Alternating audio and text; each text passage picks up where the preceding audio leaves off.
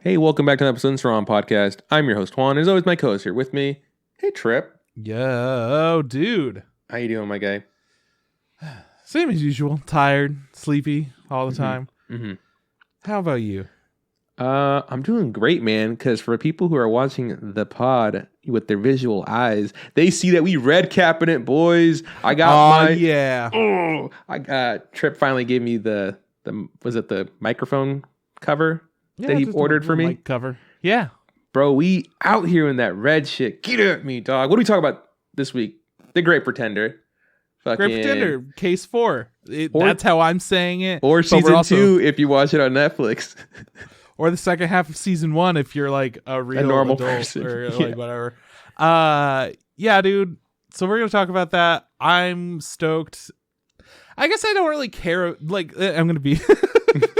Okay, let's hear it. I'm really excited to see this.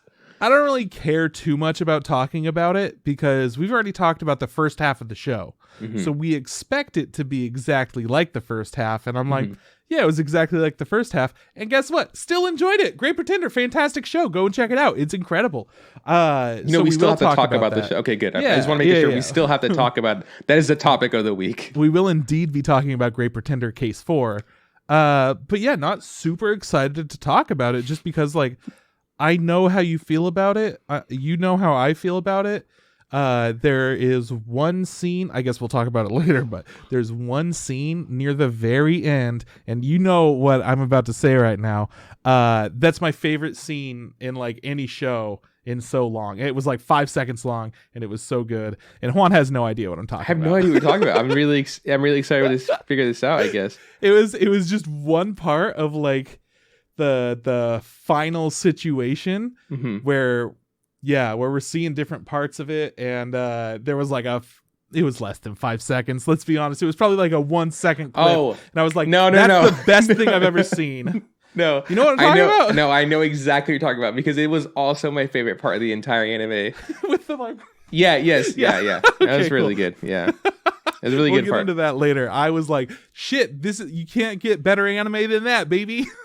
Yeah, I hope we're talking about the same thing because there was one part in the anime where it's like, this is fucking great. Oh man, yeah, and if not, well then we both have 2 parts that we both really enjoyed. Right, but the payoff of Great Pretender is like, you don't think it'll be that great, and then every time it's like, man, that was fun. The payoff is so fun.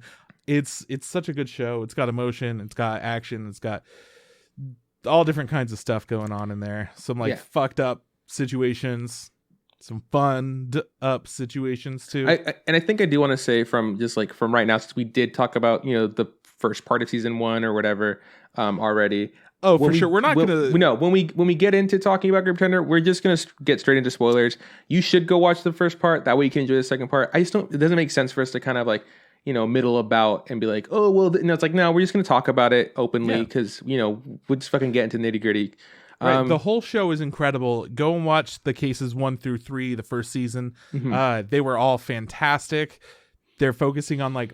Essentially, before we get into talking about Great Pretender Season 2 later in the episode, the first season focuses on characters for each of their cases. You start off with Edamame, and then, because, I mean, he's kind of like the catalyst for the story. He's where you like really get in, and he's the character that you follow. And then you learn about the side characters in each subsequent case. So if they do come out with the Season 2... they're going to have to increase their cast of characters that we need to know the background of, like heavily featured characters. So if you're coming in listening to this, you obviously should know about the people we're talking about. And if you don't, go back and do your fucking research. It's not that hard. It's a great show. So when we do get to talking about Great Pretender, we're just going to talk about it openly. So, all right, cool. But we're not talking about Great Pretender yet. We're talking about ourselves, which is way more important because, man. We're the best. Last week was Thanksgiving. For my Thanksgiving, I stayed home and I did nothing. Well, I made myself mashed potatoes because, let's be real, I really like mashed potatoes. And if I didn't have a ton of them, I would have been fucking bummed. And then Sierra lovingly cooked a big-ass meal for everybody. And she brought over a plate of Thanksgiving dinner for me, which was just very sweet. It was very cool. Trip make mashed potatoes on Thanksgiving. That's just a normal Thursday. That wasn't anything special. Like he was just like, "Hey, dude, it's fucking mashed potato day." It's Thursday. We gotta go. No, I was like, man, Thanksgiving for me is mostly about the potatoes. Mm-hmm. Doesn't matter what kind of potatoes. I'm into it. Mm-hmm. So that was my whole thing. Okay, Making some potatoes for myself. How was your Thanksgiving? What'd you do? You did some cool Thanksgiving shit, right? Well, my brother and his girlfriend came over, and my sister and her son came over. And, Sierra made dinner for all of us, and it was great. It was really good. Sierra's a great cook. I was blown away by her mac and cheese because I'm not a big fan of mac and cheese, honestly. But I was like, dude, I don't know where the fuck you learned how to throw down with some mac and cheese, but this shit is great. It got bacon in it. It was like thick, like that thick. Mm-hmm, mm-hmm. Woo! I was fucking loving it. But yeah, it was good. We just kind of, hung out, had food, drank some beers. Not all of us. My sister's pregnant, so it'd be bad for her to drink That'd beer. be a little weird. And my nephew's like 9 or whatever. And then we played some Smash Bros. And just fucking wrecked shop. I don't think I lost a single game. But my brother decided, agreed to play. He grew out of video games fairly quickly. I feel like he was, he would play with all of us, like all our cousins. And then it's not that he was bad, but I think he didn't like losing. And so he was just like, cool, I just won't play, And I think that's something maybe he picked up from my dad. Because whenever we're at my parents' house and we're playing like Uno or any other simple board game, card game, my dad's like, I just don't want to play. And I think maybe they're just those kind of people. But he agreed to play, maybe because he knew like, well, one of them's, a 9-year-old boy and the other one's me. But he surprisingly did pretty well. He kept using Falco over and over. And I was like, yo, dude, what are you doing, bro? Like Falco sucks ass. Like pick someone way better. Yeah, it was fun. It was a good time. And then Sierra went over and, gave you a plate. It was good. It was like just like we're not a huge Thanksgiving kind of family. Like that's not something we really do. Yeah. At least growing up. But I was trying to like get the point across to my siblings, like, hey, like, I know that we're not super into, celebrating holidays or whatever, but most people for their work and most people for school, right, get this time of the year off, kind of like just holidays in general, like Thanksgiving, Christmas kind of stuff. So no matter where we end up, it would be kind of silly for us not to try to hang out those days, like it, obviously in the future, like, I don't know, 3 years from now, say we don't live in Chico anymore. It's like, I know that we're not super huge, holiday goers, but I was like, it'd be nice to see each other, and if you have time off from work and I have time off from work, like it'd be dumb to be like, well, we can't hang out because we actually don't celebrate those kinds of holidays. But yeah, they seem to have the same, like, at least they seem to agree, like, yeah, you're right, because my brother was very anti holidays. I think him having a girlfriend that does like holidays changed him a little bit. He's like, well, I have to make her happy and stuff like that. But he's also like, trying to find like a common ground. He doesn't like dressing up for Halloween. It's one of his least favorite things to do, get in a costume. And so this year he was like, look, he told his girlfriend, like, first of all, pandemic, so we shouldn't even be going out anyways, like, but don't make any plans for Halloween. Like, I just don't want to, like, I don't feel comfortable dressing up. And she's like, oh, cool. How about we just like watch a movie, like scary movies and eat candy together? And he's like, cool, I can absolutely do that. Like, I can throw down on that. It's like, cool. So like, yeah, dude, man, like you got to pick your battles. Like maybe you don't celebrate Halloween, but like maybe she likes to do Christmas or whatever, and she likes to do like gifts and things, like, and maybe you settle to do Thanksgiving with us. I don't know. So it was interesting just to kind of see how things were, might start panning out for us, because it looks like everybody on Sierra's side of the family seems to go to their respective in-laws kind of thing. Like everybody seemed to disperse. Or so at least this year. Yeah. Well, yeah. I think in past years, Sierra's older sister also just kind of always went to see, the in-laws. This is the first year I think the younger sister went somewhere, and then, her brother just got married, so he went and spent it with, his wife's, family. So it's like, okay, cool. So this just might be the thing. And because, Sierra and I it can't be like, oh, cool, we'll just go hang out with my family because my parents don't do Thanksgiving. It's just like, well, it's just us. I was cool with it just kind of being her and I and not doing anything. I mean, realistically, we probably would have hung out with you if we could have. If the sitch was different, yeah. Yeah, but it was like, okay, cool, Trip, still inside, doesn't want to meet with people. That's fine. And obviously, like, I'm in contact with my sister and brother fairly often because, like, I have to work, move my kids. So it's like work and move my nephew around. So it's like, you watch Shannon, yeah. So I was like, well, it's not like I'm opening the bubble. So we just invited like everybody to come to my house, which I'm not with it yet.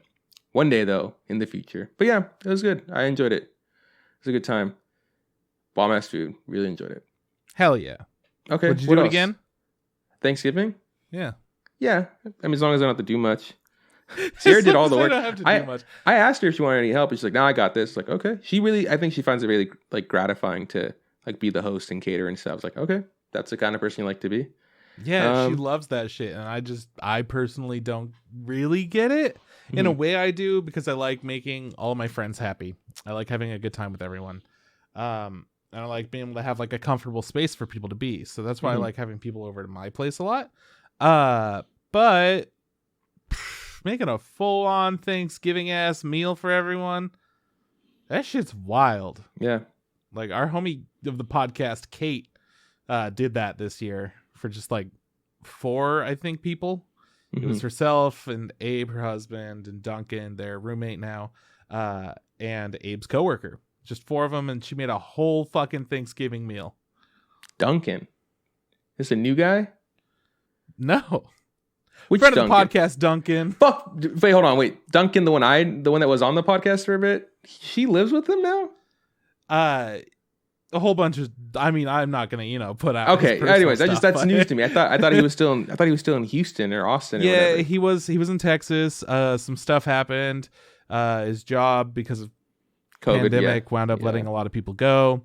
So even though he was like just hired on, he was also one of the first ones to go. Wow. So he needed to get out of Texas.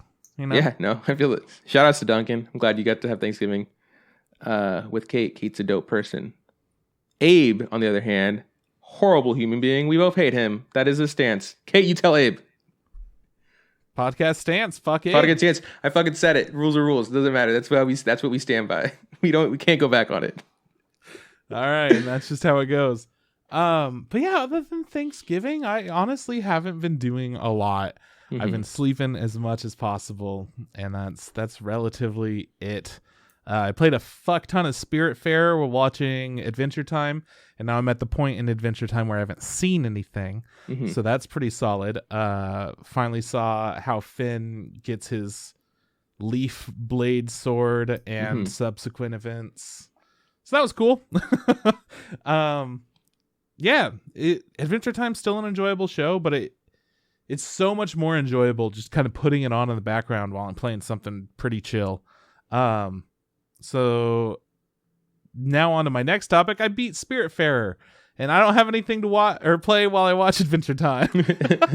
So I need to find something else. Spiritfarer was really good, but the ending left me a little bit unsatisfied because it just kind of fucking ends, which was lame. That is how life is sometimes, man. Sometimes things end. Yeah, that would make more sense. But instead, it's like you could just end it while people are still on your boat that you haven't helped out, like crossing into the next world for them. But I finished everything. I 100% completed the game. It was so much fun. Just a very chill game about you helping spirits move on from the afterlife into the afterlife situation. And yeah, it was fun. There's one character named Buck that people mention here and there, and you finally get to meet Buck, and he is this like wyvern dude, which is crazy because everyone else is like, they're a little like toad man, they're a dog woman, they're animals, and then he's a wyvern, so he's completely different. And he is the biggest D&D nerd like of all time. Everything he's saying are like, oh yeah, go ahead and roll for that. Oh, it's an 18. Like, go ahead and do whatever. And it's just it's charming. It's fun. And he's the only character that doesn't wind up moving on because he's the spirit that other people have been referencing. So it seems like he's been around for a while. He just kind of likes your situation. So he wants to hang out on your boat. And I think that's cool. It was a nice little extra character to add for the end of the game. Just a fun, charming time. I loved Spiritfarer. I do recommend it to a lot of people. It's while both being very chill and relaxed, you can constantly have stuff to do. And then you realize, oh shit, it's been 5 hours? How did that happen? Just because you have so much to manage. You're like, all right, so we got to go over here to get some of that resource. And while I'm doing that, I'm going to crush these. I'm going to make a plate into that. And then I have to smelt some more of this. And the crops are ready. And I have to plant more crops. And now I got to go make more food. And just the cycle continues on and on. And you're like, ugh, now I have to go and hug everybody. It's hug time. So it's a good game. It's a lot of fun.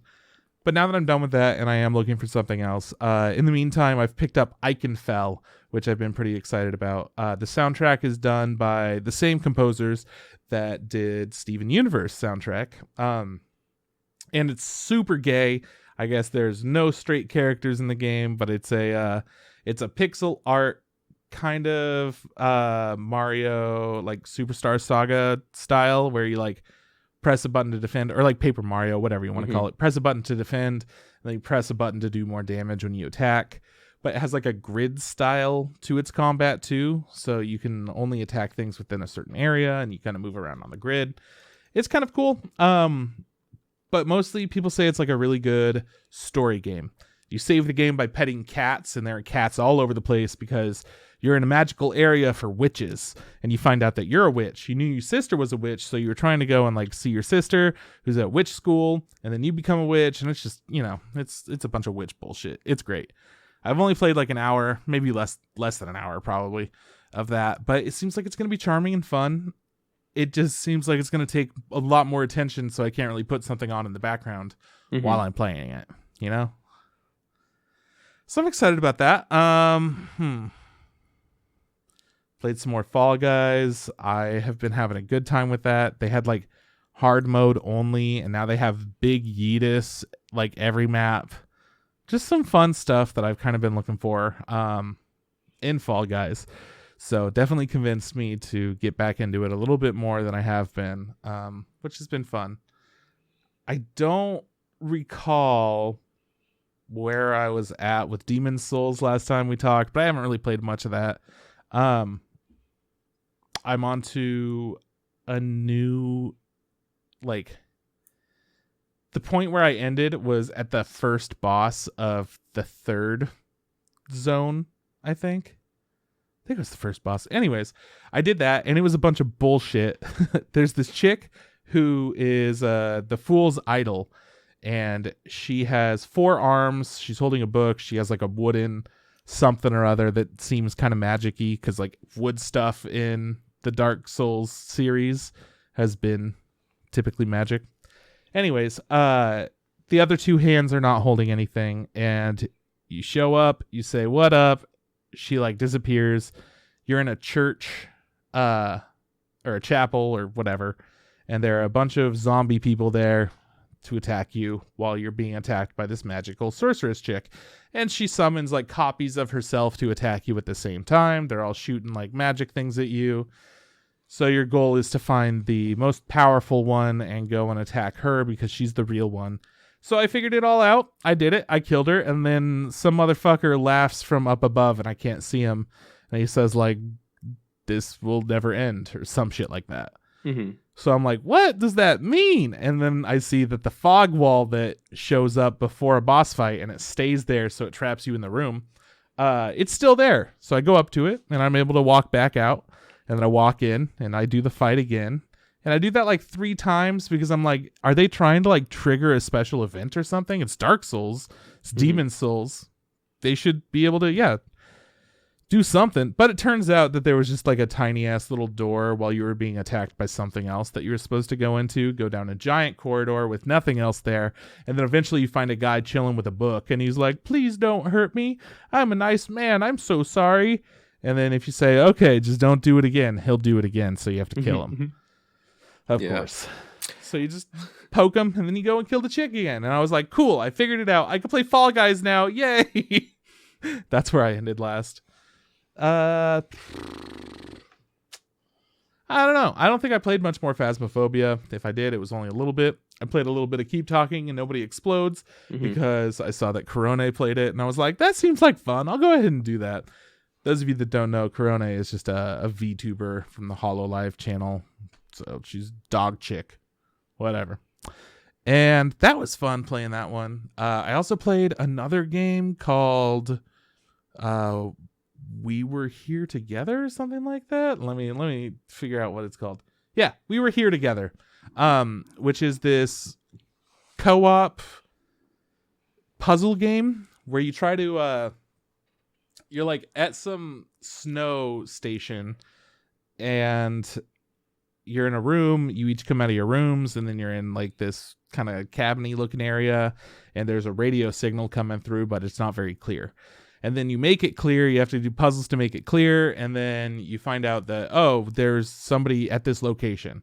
You have to do more puzzle shit to like get fuel to your car, and then after doing like several puzzles and thinking really hard, we got to this bridge area where like when you're on the bridge, platforms will raise and fall like in front of and behind you. So you're supposed to connect a bunch of little dots in some other room while somebody's walking over the bridge and making sure that the path is clear.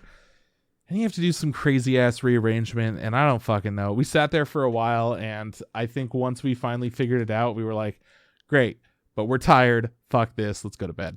So I played a bit of that. I'm excited to play more. It was very cool. The thing that I like most about it is that you can talk through walkie-talkies, but if you talk over the other person, neither of you hear anything. So you just like an actual walkie-talkie where you're trying to signal and neither of you can like hear each other. But it does have a little light that comes up if the other person is talking to you. So you could be talking, see that they're trying to talk to you, and you could stop. And then you could hear whatever they're saying. I really like that element of it. It added to the immersion a lot. So I'm excited to play more of that game. And yeah, man, I don't think I've been up to much else. I've just been kind of hanging out, playing games, watching stuff, lots of YouTube, lots of Twitch, and fucking nothing. I could tell you for sure, no anime other than Great Pretender this week. I thought it was your week to watch some anime. Yeah. I watched some anime. Yeah, so that's why I took a back seat on that. I was like, Quan needs his time to shine. We've been roasting him about not watching anime. This is the week. I feel it. So I took a back seat so that way, like, I could put that energy out into the world and you could watch anime. But or maybe I just didn't have Kyle around because it was a holiday weekend and I couldn't watch anime. One of those two things is true. But I do. That's the second one, obviously. Oh, okay, well. But I like that. Instead of just letting me know, hey, Juan, I'm not going to watch anime. Maybe pick up the slack. Letting me know. You just decided to put that vibe out into the world, and hopefully it got to me. You're like, yeah, that's absolutely what I did. You could have been like, hey, dude, I'm not going to watch any anime. Make sure you watch something. But you didn't even try. You're just like, nah, man, I know my boy. I'm letting him take all the anime watching power that Instagram podcast has, and I'm letting him take all of it, which is really sweet. It was the second that you ended the call last week, where we ended our recording session and hangout sesh after that. I was like, cool. Now that he's gone, he has to watch anime. You were like, oh, I was about to tell you, and then I hung up. Like, oh, well, too late. Man, I don't know if you just have like some nights where you're just like, fuck. Anime would be so cool right now, but I just don't feel like watching any. But I want to watch some so bad. Read. Yeah, that's what it comes down to. I'm like, oh, my baby eyes don't know how to read the words. And then I'm like, I also want to pay attention to everything, so I don't want to fall asleep in the middle of it unless it's something where I could totally fall asleep in the middle of it, For sure, man. I absolutely know how that feels. Yeah. If you want, I can talk about myself, and then I'll segue into the anime that I watched. I would love for you to do that. Okay, so this past week I've been animating a bunch. I'm kind of playing catch up. I'm kind of behind. I just had a lot of issues with constraints and what else? Constraints, and I just didn't have enough like blocked poses out. Like I went to go spline, and I was like, it just wasn't working for me. It was like there wasn't anything holding my animations down. Everything felt really swimmy. And I was like, fuck, I need to get back in there and put more blocking. And then once I got into that, like, I just kind of didn't stop. And I was like, holy shit, like, I've really fucked up. I should have done this, beforehand. So I'm behind a little bit, which is okay. I had class, last night, and my teacher looked at it. He's like, hey, this looks good. Obviously, you're missing more than half of it in, at the phase they were supposed to be like, oh yeah, no, I know. I'm glad you noticed that I'm, also not where I'm supposed to be. But it's okay. Like, all I can do is work as hard as I can. So I'm trying to not stay up too late and try to wake up earlier to try to get into like working. Because like there is that like sweet spot of, it doesn't matter if I work for 20 hours on something, I'm only gonna get like a solid 10 hours of actual like valuable work, right? And the rest of it just like, and the rest of you're fucking around with other shit. exactly. And your teacher gave us a lecture, or he had a lecture about efficiently using your time and realizing like you're not going to be able to, unless you're really in the zone.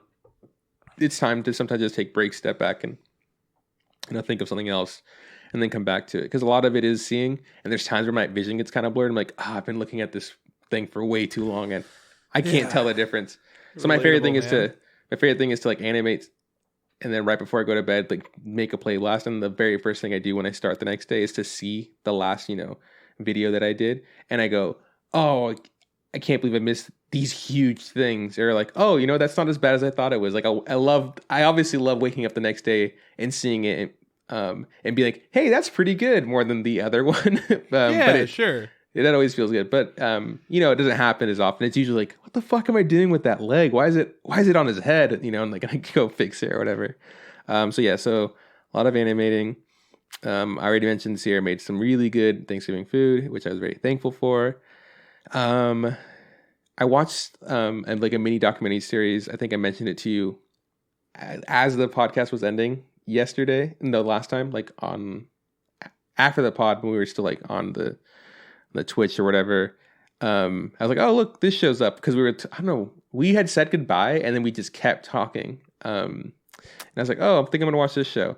It's called We Are the Champions. It's narrated by, what's his name? Rainn Wilson. That's Dwight from The Office, right? Yeah, and it's about just like interesting or not conventional sports competitions or competitions in the world. The first one was about like that. I know you've seen it, like where they roll that big old block of cheese down a hill. People go chase it. So I was like, this is like first episode. This is strong. Like I'm really enjoying how dumb this is. And they do a really good job of like making it feel very serious. And they're interviewing people, and they're following. They do a good job of like building a narrative and like following. This is the current story we're following. For that one, they were following the girl who was trying to win her third race, women's race, because they're broken up into male and women race, but there's only one race a year for the girls, and for the guys there's 3 races a year, so it's like there's more chances for guys to win a bunch. Why is that the case? Tradition, I don't know. I think I do know there are more participants in the guys races than the girl races, and the guys, so they just split it up. Yeah. Otherwise, they'll do like 3 guy races because there's more people that want to participate, and then there's like, we don't have enough for us to do 3 girl races a year, we'll just do the one a year kind of thing. So one guy who was interviewed, who was training the chick for a bit, had won, I don't know, it was like, I want to say in the double digits, like so many times. Like he was a fucking pro, and he had promised his wife that he wasn't going to compete this year. And she's like, okay. And then she had booked a holiday, like that same weekend of the the race cheese competition or whatever. And so he's like, I'm not even going to be in the country when, the thing is, it's like, I think this bitch did it on purpose. So like, I can't just at the last second kind of jump into the race. I was like, and the girl's like, the wife's like, I had no idea that those were the dates. I just kind of picked the day. That was when we got the timeshare. It is what it is kind of thing. Anyways, he's really good. Like, because for a long time, I've seen stuff like that race thing. And I thought it was, oh, you got to catch the wheel. But it's not, they're actually not chasing the wheel. It's just the first one to pass the bottom. There's like a line that they draw at the bottom of the hill. First one to pass it wins the race, and then they get the cheese. Like that block of cheese is theirs.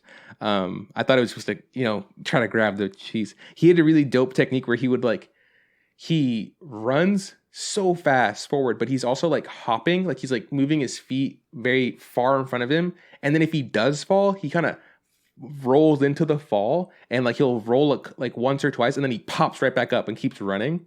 It's just like, that's the technique he's developed. It's so graceful to see him do it, because everybody else is just like crashing and fucking getting absolutely eating shit. It's so funny.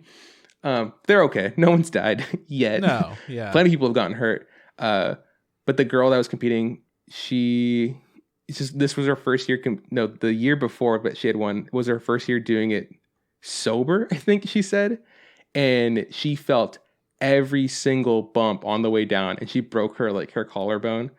Oh man. And she's like, I want to do it. It's like, I want to win the, third time in a row, to be the best girl that's ever done it. It's like, but I'm really fucking scared. It's like, yeah, dude, that shit's fucking insane. I had thought, like, when I saw that, I was like, that looks like fun. I'd try that one day. And then I saw the documentary and they showed how steep the hill is. And I go, that's fucking insane. There's no way I would ever do something like that. But it was really cool. That was just the first one. And then the ones after that, I would say we're also good. Not as, like, I think, enjoyable. I think I have one last episode to watch. I think it's about frog jumping. But there's one about yo-yos. There's one about, like, hair competitions. One about did they bring up eating our hometown during yes, the yo-yo they did. one? Dude, not only did they bring up the hometown, spoilers, these little spoilers, bro. I know the guy that wins it because he went to high school with us. I mean, I don't personally know him. Like, he went to Talk Truck, but my brother personally knows him. Gentry Stein, fucking yo-yo world champion. It's funny because they kept showing him, like, oh, there he is. It's like it's hard to miss. He's like a very tall, good-looking dude with blonde hair, and all the other yo-yoers are not very tall, good-looking dudes with blonde hair. So I think at one point Wayne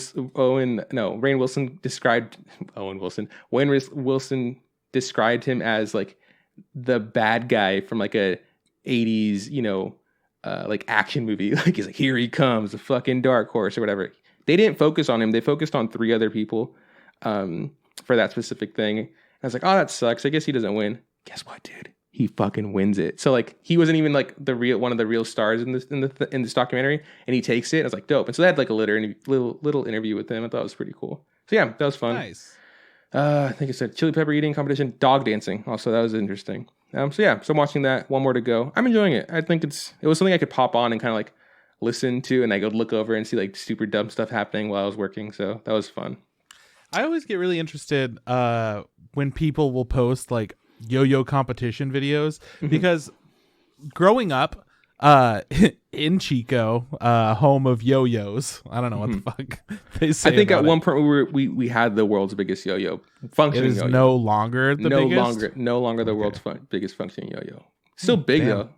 It's pretty damn big. Yeah, it's fucking huge. Anyways, there would be, like, these little events and stuff, and I remember going and checking it out as a kid. There was just a bunch of people playing around with yo-yos and doing tricks, and, like, then they would have people come up and do their tricks and be like, and that was their performance. Yeah. And nowadays, it's instead, like, a whole thing that's, like, synced up with music, and, like, it's all just an amazing performance. It's crazy as fuck to see. But yeah, being from, like, just seeing some locals do it, and it's supposed to be a pretty big thing in Chico, and then seeing how actual competitions go, it's like, oh damn, okay, yeah, there's for sure a reason to be into this whole thing. Yeah. Versus like just having fun with friends. No, it looks super cool. I remember I was telling Sarah that, like, when I was younger, I wanted to use a yo-yo just because, like, oh, it's like a fun thing. And my brother was pretty good at doing some tricks. I could never get the yo-yo to come back up. Like, I was just like, here I go. I'd throw it down, and I just could not get the thing to come up consistently. You just gotta go, I couldn't do it. I couldn't get it. So I'm, like, jinxed. But yeah, I think they're super cool. And yeah, it's really competitive, and their point system's interesting. Like, you get points for doing nice tricks, completing them, difficult tricks, and then you get negative points for dropping a trick or stuff like that. So yeah, it's really involved. Check it out if you guys want to watch something interesting about things you don't like, sports you've never would have thought about. Yeah. Or competitions you wouldn't have thought about. Okay, what else? I also watched the new Brutal Moose, the Brutal Foods. Did you see it? I sure did. He talked about making a Thanksgiving meal from frozen meals. Mm-hmm. It was interesting. I liked more than anything, right? Obviously, I don't like the reviews about the food because I don't give a fuck. I'm not actually going to eat them. But I always love his editing. It's so good. He did some really good ones. Nothing will top him, drawing a pentagram and then having a devil appear.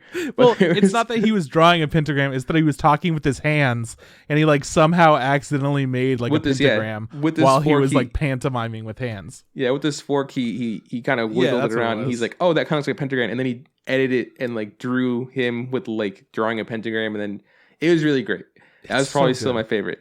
But there's some really good ones in this one. I guess he turns out that the meatloaf from, I don't know what the name of the company was actually pretty good. I loved how he kept accidentally calling it lasagna. He just had to like voice over meatloaf. Yeah, that's really good. He fucked up the bagel bites. Like he kept burning them. It was like, tastes like burnt. What else did he do that was wrong? The microwave pie. Yeah, the microwave was wrong. Yeah, it was good. It was a fun time. Brutal Moose's editing is really just entertaining. On point. Yeah. Do you know who Yo Tom Peril is? He's an animator from Newgrounds from like forever ago. What do you do? Do you have a Nameless? I think was the name of a kind of popular series, but I don't know. He had like a bunch of weird, funny. Doesn't ring any bells. I want to say he's somewhere from like the Middle East kind of area. What was his name again? He's got an accent. Yo Tom. Yo is Y-O. Tom is T-A-M. Peril is P-E-R-E-L, I think. P-E-R-E-L? Mm-hmm. Oh, okay. Yeah. Anyways, he just put out a video that was like reviewing frozen spaghetti things. And I was like, this seems like it's probably Brutal Moose. Like inspired shit, and yeah, he's never put out a live action thing that was like that before, so it was very like, oh, this is interesting. And especially since it was like a couple of days after Brutal Moose just put up his Thanksgiving frozen foods review thing. And at the beginning he's like, you know what, I was actually inspired by Brutal Moose, so shout outs to Brutal Moose. Cool. I checked it with him after I recorded this. So he's like already planning to make sure it was cool, so check it out here. And then he's like, hey, do you mind if I go ahead and do like a frozen foods review thing inspired by you? And he's like, go for it, babe. So anyways, I was like, oh, that's cool. Let's see. And then it just lacked like everything. All the editing, yeah. Yeah, I was like, okay. Maybe he learned that it's not him eating a frozen meal that we enjoy. It's all the extra editing that he does to make it entertaining.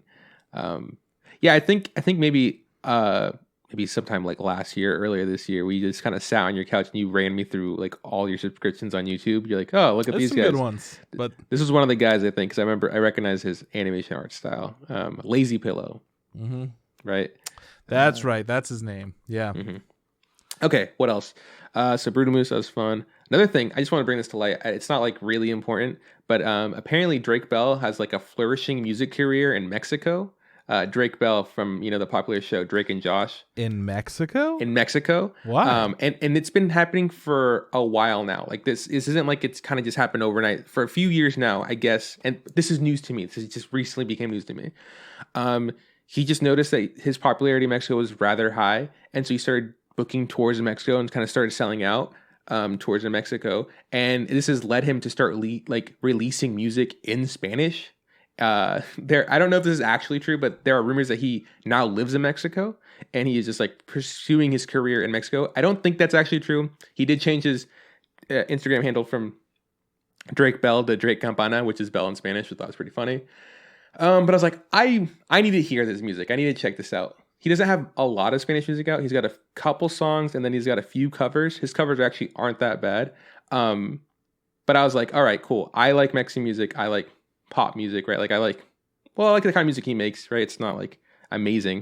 It's not like I listen to it now. Back then in the day, all about it. But I was like, all right, how good could this be? I'm going to say without a doubt, in my opinion, Fuego Lento, which is his his most popular Spanish song that he released, absolutely unequivocally fucks. It's like the best song ever that I've ever heard. Like hands down. Okay, not hands down. It's up there because I actually do have like a favorite song, and I go, is it better than that song? No, it's not. But it's actually a really good song. I was surprised at how you do have favorites. Of Drake Bell's music, which I'm just now finding out. No. I don't have a favorite Drake Bell song. What I'm saying is I have a favorite of all time song. Like that, I have a favorite song of all. Like if someone asks me, what's your favorite song? I can tell you. I have it. I'm not gonna let you guys know. I don't want people to fucking shit on me. It's not your goddamn opinion. It's not a goddamn fucking, you don't need to know. I'll let you know off air. But anyways, it's a really good song. I think the way he sounds, like the way he sings, translates really well to Spanish. I've heard him interview in Spanish. His Spanish isn't that like great. He can hold a conversation. He can answer questions. He does have like an accent to it. But when he sings, you don't really notice it. And it kind of it sounds pretty good. So I don't know. I don't know what this leads to, if he's going to be the new Latino, like top 100, of the billboards. It could be. But from what I've heard, and I've been reading a lot of comments on this, like the sections in Spanish and stuff, they fucking love him, Trip. They're like, comments like, oh my God, will you marry me? Stuff like that. Like if he was still an active pop star, like in the United States, like that's how he is over there. One of my favorite comments was somebody wrote, was just like, oh, finally the United States made something, did something right. Thank you for Drake Bell. Like that was in his opinion, the only thing we've ever done right was make Drake Bell and, have him be a person, which is just so funny to me. But yeah, awesome. That's fucking cool that you found out all that stuff about Drake Bell. It was wild. I was like, oh my God, I can't believe this is a thing. Why is this a thing? I got to check out this music. It's actually pretty good. Fuego Lento, stamp approval. I like that song. Okay. Let's see. One more thing before we get into anime. These are all things that have nothing to do with it. These are just things I want to talk to you about. Bro, okay. I know you saw it. Shout out to Elliot Page, right? Big shout out to Elliot Page. Formerly known as, Ellen Page, that famous actress, but now he is, came out as transgender, and I think it's super cool. Good for him. Dude, I was stoked as fuck when I saw this. Right away, I texted Kate and was like, bro, did you see this stuff about Elliot Page? And she's like, are you stalking me? I'm looking at it right now. Like, well, fuck, dude. Yeah. No, it popped up on my feed. And I was like, oh, really? Fucking awesome. It's just super cool that, he's doing what he needs to do. It's the first public Hollywood, film TV star to transition. Yeah, that people would actually know. I'm sure there's there's the Wachowski sisters, right, but they're very behind the scenes. They're also directors, right? No one's gonna be like the people that made The Matrix. So yeah. They're like, Juno. You fucking know Juno? All right, that's him. So it's cool. I think it's just great that he's, saying how he feels, letting people know, and doing what's going to make him happy. It's great. So how fucking hard would that be, being in the spotlight so much to just go ahead and do that? Yeah, no, it's super airing everything on. It's super hard. I was like, I haven't seen the second season of Umbrella Academy, but Sierra has. I'm like, I wonder how they're going to do this. Like, I wonder if he's going to wait to transition after season 3, if he'll do it now. Well, here's the thing. Like, the transition's over. Yeah. So like, at this point, it's however much he would like to do doesn't really matter. What I'm saying is if there doesn't need to be. Exactly. If he doesn't do a full if he transition, does anything, how is he going to do it? At this point, he's already who he is. Yeah, but I was just saying, in the context of a production, exactly. When you're casted in a show, as one gender, and you decide to change it, how are they going to handle that? And Sierra was just like, oh, because I haven't seen season 2. She's like, oh, I'm pretty sure it's not going to be a problem. The way they wrote the character in season 2, it's her, because she in the show, it's a girl, right? Her sexuality seems to be very fluid, especially they seem to make it not a big deal. So if they do come back for season 3, they should be able to easily write that. Okay, cool. Your character is now a male or whatever. They could do that. I was like, cool. Same. Yeah, so I don't know. It's cool though. I think it's super great that I'm really interested to see what goes on with that. Okay, cool. That was the last thing that I want to talk about. That was about me, the about me section. Right? Yeah, that's fair. Drake Bell, Elliot Page. Then before we get into you're talking about anime, I just wanted to shout out homie of the podcast, Cole, for shooting us an email and essentially saying yo, I've listened to all your shit. I don't agree with everything that you feel towards whatever shows.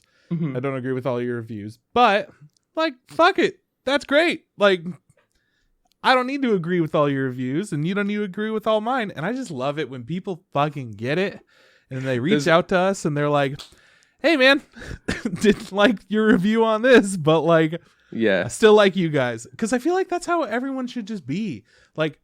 growing up, I never liked Star Wars, and being a nerdy fucking kid and not liking Star Wars was weird. I was not, I don't know. People would like for sure alienate me when I was younger just because of that. But I'm also not willing to be like, yeah, I like Star Wars, just like hang out with people and watch Star Wars and I don't like it. Anyways, yeah, I've always thought it was weird since I was a kid that people are so polarized on certain topics that absolutely do not matter. It doesn't change anybody's life whether or not you liked Great Pretender and I didn't, or vice versa. It's just like, it's really refreshing. It's really cool to see people reaching out to just strangers on the internet and being like, I see your points. I totally understand where you're coming from, but I don't agree. Yeah. And being civil about it. Because back in the day, when the internet was it was in its infancy, and people were trying to find like the right places to talk about different stuff, there was always hostility, whether or not you liked like certain shows and other people didn't like them. Like even on Gaia Online, people would call each other out for that shit. Where that was like weeb heaven. Like how did that wind up being something where people call each other out? Anyways, and now we're at this point where there are so many agreeable people in the world, and they're okay with agreeing on like not enjoying shit, not enjoying the same stuff. I don't know. I really appreciate that. So thank you so much for emailing us, Cole. It's always refreshing to see somebody who gets it. Yeah, I would like to also make it really clear that those weren't his actual words. Like they weren't word for word. Hey, dude, no, that was Trip paraphrasing. Yeah, yeah. It boils down to him being like, hey, man, I still like you guys, even though I don't agree with all your opinions, which is fine because we don't agree with our opinions sometimes either. Oh our yeah, we talked about matter. this too. Our opinions don't matter. Your opinions don't fucking matter. They're just opinions. Who gives a fuck? It's anime. It's like we really don't take it that serious. I had noticed we were talking about how like sometimes our opinion changes on stuff. Like we'll come at something a lot harsher than we needed to, or we'll come at something a lot like more like, you know, it was all right, and then you wind up looking back and be like, "Fuck, that was something special, really wasn't it?" Yeah, like, I really enjoyed that. Like, wish I could watch that show again. No, I think, and it also came up because like you were talking about how like Japan Sinks is getting a lot of flack on the internet. Yeah, people just talking mad shit about it, and we're like, and I was like, you know what? I think people are just fucking too critical of anime nowadays. Like, fucking, or just a lot of things. Like, dude, fucking get over it. Like, if you didn't like it, great. If you loved it, great.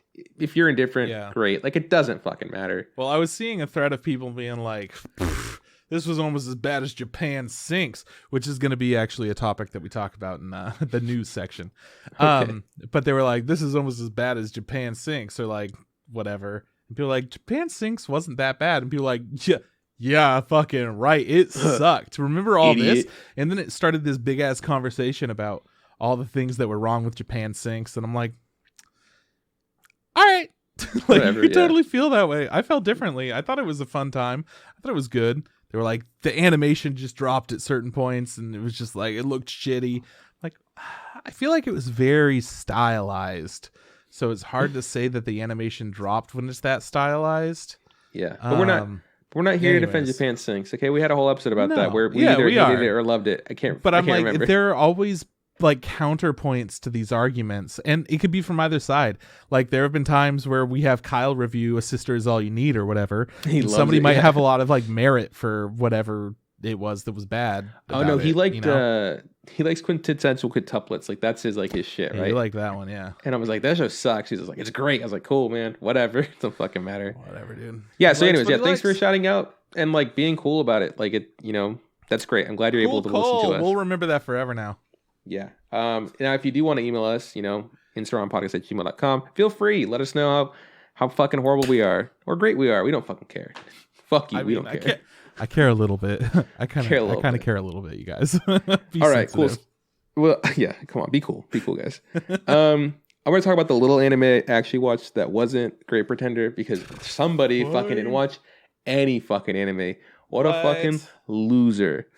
He doesn't deserve to be on a podcast about anime if he hasn't watched any anime except for the topic anime of the week. Yeah, I agree. Yeah, you totally. I wholeheartedly agree. Okay, so I think I'll start with Higurashi When They Cry. I was watching. I think there's 9 episodes out as of today. I was midway through episode 9 when I realized I had to start the podcast. I was like, fuck, I can't finish this episode. But it's okay. Episode 9 was starting. On the second story? Okay. No. Episode 9 started the new arc for the next horrible scenes of murder that's going to happen. It's the next chapter in the game of the light novel that you would be playing, I'm assuming. So now you're following this girl. But the second one ended. Didn't end nearly as violent as the first one. The first one was visceral. Like I was like, oh, they had to blur shit out, And in the second one, he essentially knocks himself out after being locked in a cage for his safety, I guess. And then we find out that like all the girls are dead. Like everybody's dead, and we don't know who killed them. It's a mystery kind of thing. And he's just like, did so and so kill them? Did she not kill him? Is it a conspiracy? We'll never kind of know kind of thing. And I go, oh, that one kind of sucked. She just fucking stabbed the shit out of him. I just want to see him get stabbed again. I don't know. It was fine. I still like the show, for what it is. The next arc is, we're kind of revolving around the younger blonde-haired girl with like the fang tooth kind of thing. She has like that very... I don't know. I guess it's like she's kind of tsundere, I guess. Kind of not. I don't know. This is the girl that I'm worried about because in the outro, she's like standing there with like a teddy bear and there's like a very tall, menacing man behind her with like a pink fluorescent shirt, like, and his arms are on her shoulders. I'm like, something bad gonna happen. I think something bad's gonna happen, Trip. I think that person tends to be the show. And I think that person's like her older brother, which makes it even worse. Yikes, So I'm pretty about how this one's gonna end. Also, it's been a while. Damn, I fucking did it myself. Since I saw the outro. I think in the last couple episodes they didn't show the outro, so I forgot what day the number is that that shit pops off on. But this 9th episode started off on like the 6th. And 4 days have gone by. Like they're chugging along. They're trying to get to the murdering bit. And I was like, all right, I can respect that. I'm sick of seeing this guy kind of discover that shit's fucked up in this town. I just want to see him get killed or kill someone or kill everybody kind of thing. Same thing. Same shit, different day. Actually, same shit. It's the same day every day. That's a Groundhog's Day. So yeah, I don't know. It was fun. Next one I caught up with Adachi and Shimamura. It's good, man. I don't know. What's the last episode that you saw? So I don't. New Year's. Okay. I think. Is that Valentine's stuff going on then? I don't remember. I think so. Well, she said that. I remember them talking about Valentine's things, and she's like, "I'm gonna make you some chocolate." Okay. And I'm like, I guess friends do this. Okay, yeah. I think I watched one episode after that. I think there's only been one since then that I haven't seen. And I think obviously not the spoilers, but the girl that what the fuck's the name? Shimamura, that's the girl. Yeah, the blonde one. She's not blonde anymore, bro. She might be going back to brunette. That's right. We don't know if she's dyeing her hair or not. She hasn't decided. I hope she does it. She hasn't yet. Okay. Yeah. I don't know. I can see her roots, my guy. It's getting pretty ugly. I want to see the hair change. I like seeing outfit changes. I like seeing style changes. In Eureka 7, a character just like chops off all her hair, and I'm like, oh, that looks badass. That kind of shit. No, I want to see her go even blonder. I want to see her go platinum blonde. That's what I want. I want the opposite of what you want. White hair. You want her to look like the alien. The alien girl is absolutely an alien. There is no fucking doubt in my mind. I don't know, man. This bitch is floating, Trip. What are you talking about? I don't know, dude. I'm pretty sure it's the episode that you watched, but she was floating, and then, Shimamura's mom walks in, and she's like, "You're not looking at this?" And she's like, "Just kids playing around." I was like, this bitch is flying. No one cares. This is ridiculous. I'm pretty sure I didn't see that one. Okay, well, that's the most recent episode. That episode ends with the return of... I think we saw like a flashback of Shimamura talking about like when she was younger, she had a friend. Oh, yeah, that was a different one. Yeah. Yeah. But she had a friend that was like, dude, it's getting complicated. Kind of like Adachi. I haven't seen the follow-up after that where they met at like the little like sweet shop, whatever it was. Mm-hmm. I'm kind of on the fence where I'm like, I don't know, man. I'm okay with whatever happens. Is kind of how I'm feeling. Not, bro. I'm upset. I'm upset that we're having, this other person come in when Adachi is slowly chipping away at becoming her best friend and maybe a little bit extra, and this other really tall, good-looking girl all of a sudden happens to show up, and she's also into Shimamura, and I'm not having it. I'm just saying, if Shimamura has feelings for this other girl, and the other girl has feelings back, why would you try to force something with Adachi that you're like not into? No, I just want everyone to be happy, and I think that if you are with somebody who would rather be with somebody else, then that relationship isn't right. You should both want to be with each other. Mm-hmm. So that's why I'm like, I'm okay with whatever happens. I just want to make sure that they're all happy, I understand what you're saying, but I don't agree. I don't fucking like her. I want her gone. She's a home wrecker. She's ruining Adachi's fucking steez. That's all I'm saying. I mean, I have a personal bias where, of course, I want Shimamura and Adachi to be together, and I want them to be happy together, and I want that to happen. But if Shimamura were like, I just don't feel the same way about you, but I do like this other girl, I would be like, you know what? I got to support you for like being true to your feelings. And I would be disappointed, but I would also be like, but I understand, we got to follow our heart. And if our heart's telling us no, then don't go that way. Okay, that's fine. I guess we'll just agree to disagree. I mean, I think that we're both going to get what we want. Yeah, no, damn right we're going to get what we want. The show does not feel like it's going to like pull one over on us and ruin our lives. Because we're so invested in this like teenage lesbian relationship. Okay, what else? Okay, the last episode I watched was the Talentless Nana. It's the one I watched two. There's two after the one where the necromancer girl gets bites the bullet. She kills fucking dose girls off in the same episode. One was a girl that her power's so dumb. She would have to eat reptiles and like snakes and frogs and shit like that, and then her spit would turn venomous. I literally know exactly what that's like. And the other girl was a girl that could teleport short distances. So she killed both of them. And then she was trying to like, she's always killing people and then trying to make it so like it doesn't seem like she's, doing it. And she slips up for a second. She says one thing and then she's like, oh my God, I messed up. And she like has a flashback where she's like, I opened that window. Like I knew exactly how it opened. Oh my God, he's gonna know. And I was like, yeah, he's gonna know.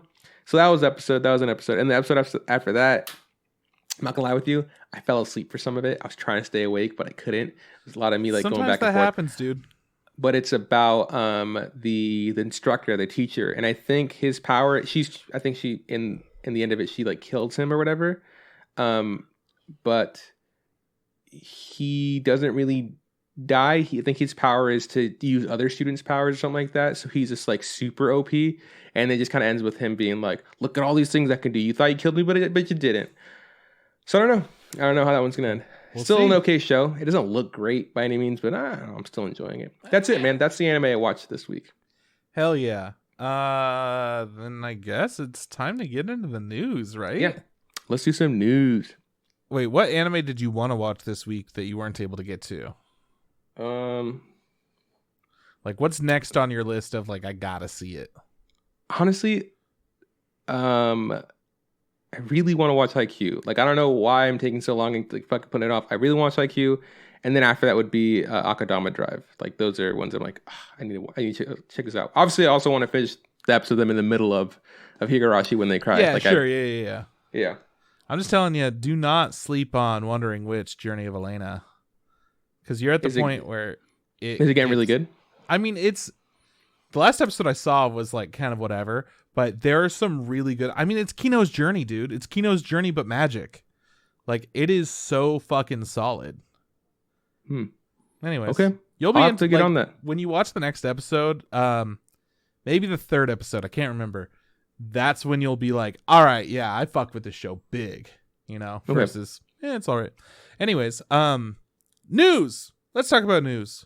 Okay. Laid Back Camp Season 2 is set to air on January 7th. I'm sure some people are excited about that, as well as they just announced some like VR Laid Back Camp stuff. So you just like chill out in the mountains with your girls and in the tents and whatnot. Yeah. You just lay back. You do a chill time in the mountains, whatever. So yeah, January 7th, get ready for that. Now here's where Japan Sinks came up. Okay. So Gibiate, you remember that anime? Gibiate. Give me a hint. So during the presentation for Gibiate, which we were like, all right, they're really ramping this up. They brought out an entire band to play the intro song. The brothers on the shamisen, you know? No, I don't. Okay, well. The Yoshida brothers came out, they played their song, and it was a big deal. And right. No, I know what you're talking about now. The show that we didn't like. Yeah, and then we watched the show, and it was like, we're in a helicopter, and look at all that evil monsters. It's all because of pandemic. Maybe I think we kill them or not. Like, I think we're like, it's like maybe a better version of Kagister and the insect cage or whatever. Mm-hmm. Which that one. Kagister is very like low. Like, don't get me wrong. This just seemed like a more serious. Anyways, so Gibiate has become the first full-length completed anime to score below a 4.0 on MyAnimeList with a score of 3.99. That's wild. Just because, like, there's shows that I absolutely hate. Like, fucking Ico is one of the worst things I've seen in my life. I think this is probably honestly worse because it looked like shit. I hated every second that I watched. I liked the intro song because I like the Yoshida brothers, but that's about it, man. They just jam on the shamisen. That's wild. I mean, just because I think there are shows that are just worse than this one. Just in my opinion. But for universally people like, no, we're gonna go out and fucking critique this, and for it to get lower than a 4, that's fucking nuts. So this is where people said it kind of reminds them of Japan Sinks. Yeah, they were like, this is the worst thing I've seen since Japan Sinks. And people were like, whoa. And that spawned a whole conversation. But I thought that was fucking nuts, dude, how bad it is. So I guess we might give that one to Kyle when we finally are able to bring him back onto the podcast. Yeah. And say, hey, in order to get back in it, watch Gibiate. Good fucking luck, homie. It's the worst show we've heard of. Yeah. Anyways, we don't have a lot of news, so this is the last piece. My Hero Academia's 3rd film is scheduled to release in summer 2021. That's all I got. I mean, that's like some pretty good news. I'm excited for another My Hero movie just because, I don't take them super serious. Yeah. Because I don't think they're meant to be, but I like the cover that they showed for it. I think they're showing off, Bakugo, Deku, and Todoroki, and it's like, yeah, man, those are the main guys. 3 dudes. So yeah, I'm excited for this. For whenever that gets to come out, I know that it might be a bit. Yeah, cool. It's good news, man. Yeah, thank you so much. I want to talk about The Great Pretender season 2/case 4 at this point.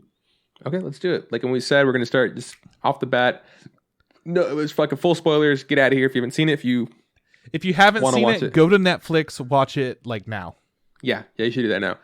All right, man. Thank you for watching it. Come on back here, and we're gonna talk about it.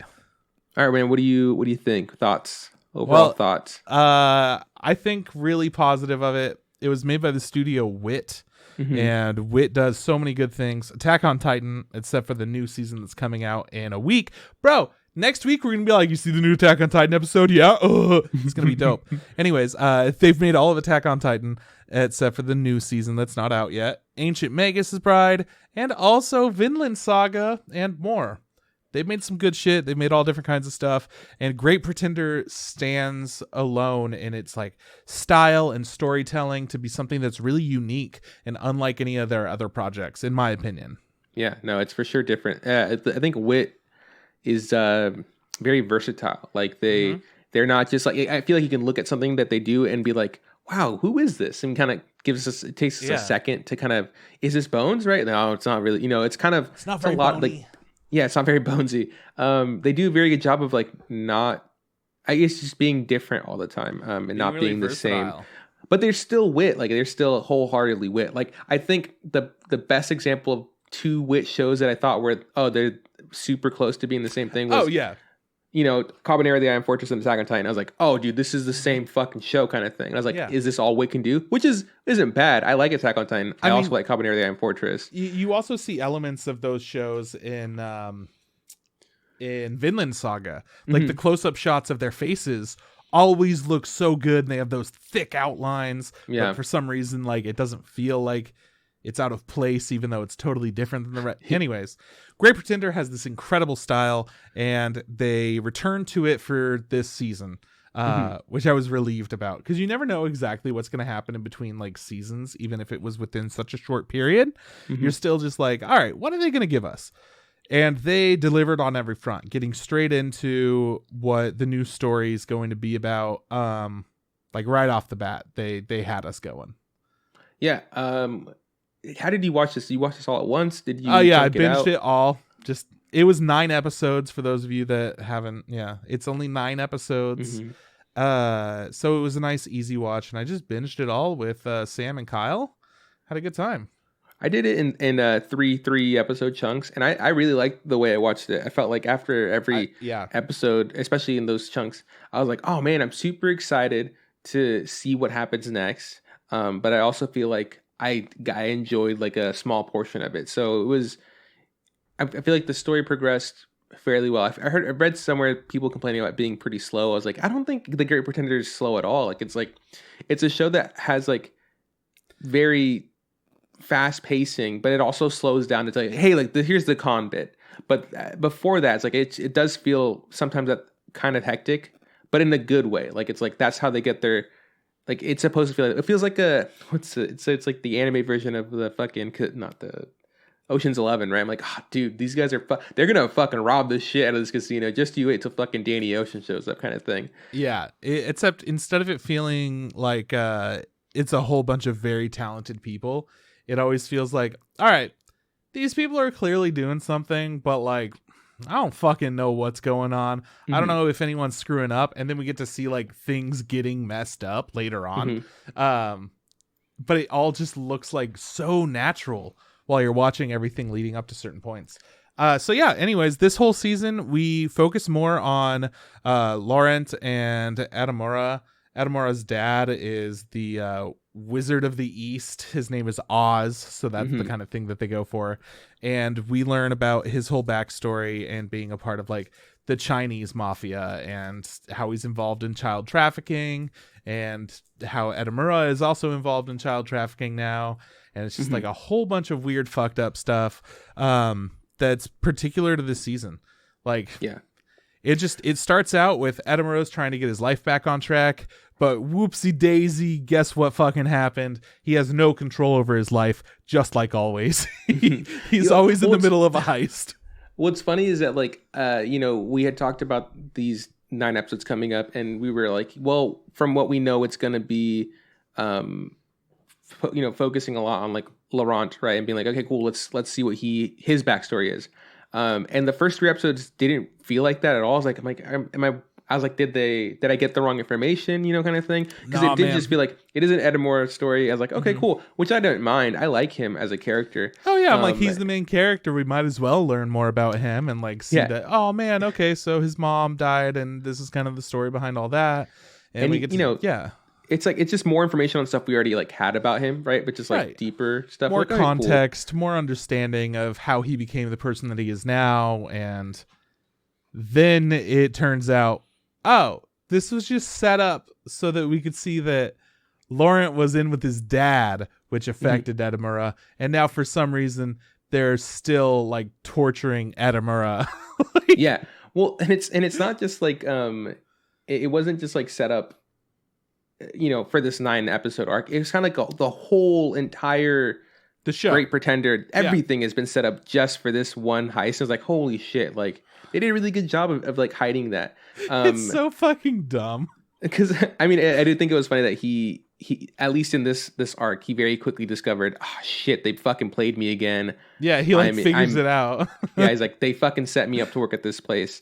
I was kind of baffled when he was working at the the human trafficking place, because he had that connection with his dad and he was there or whatever, and I was just like, yo, dude, you're doing really bad things right now, guy. Like get out of there, you know, like.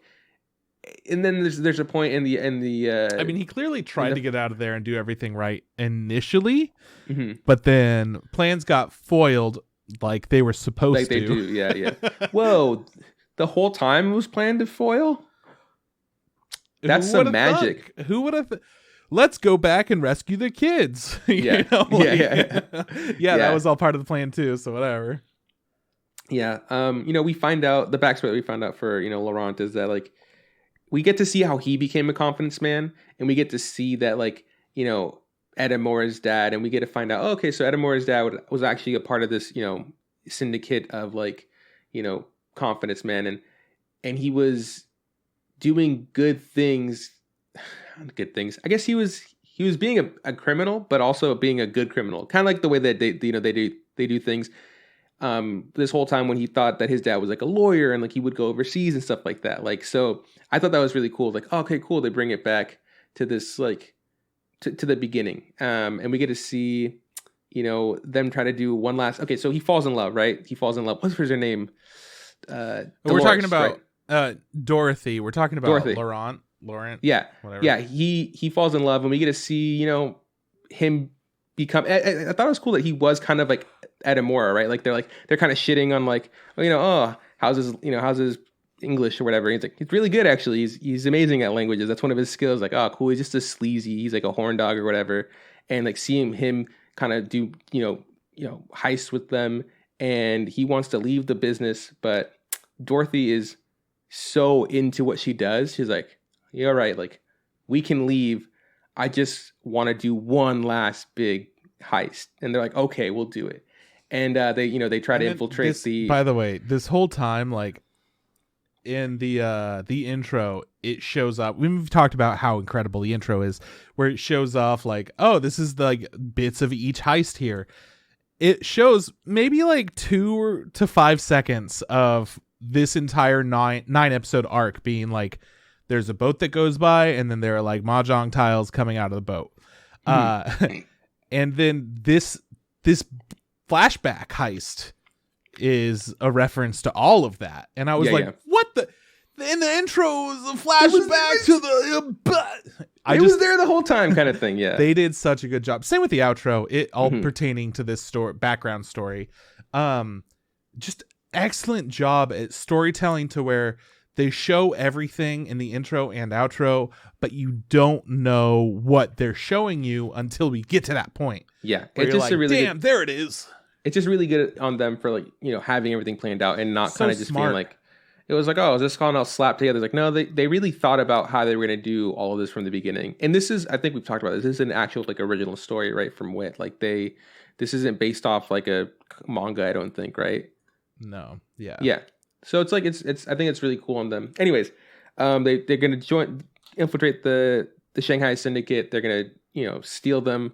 They're gonna steal some money from them. They're gonna sell them a princess, which is the same plot that they do, you know, before we get the flashback where they're selling a princess to the Japanese trafficking ring.